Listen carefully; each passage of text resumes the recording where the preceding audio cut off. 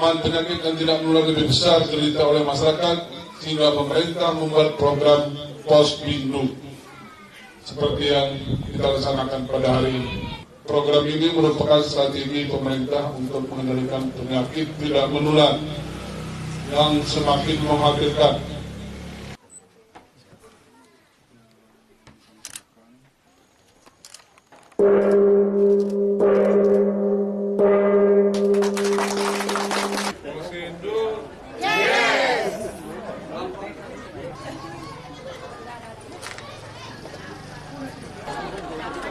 Yes.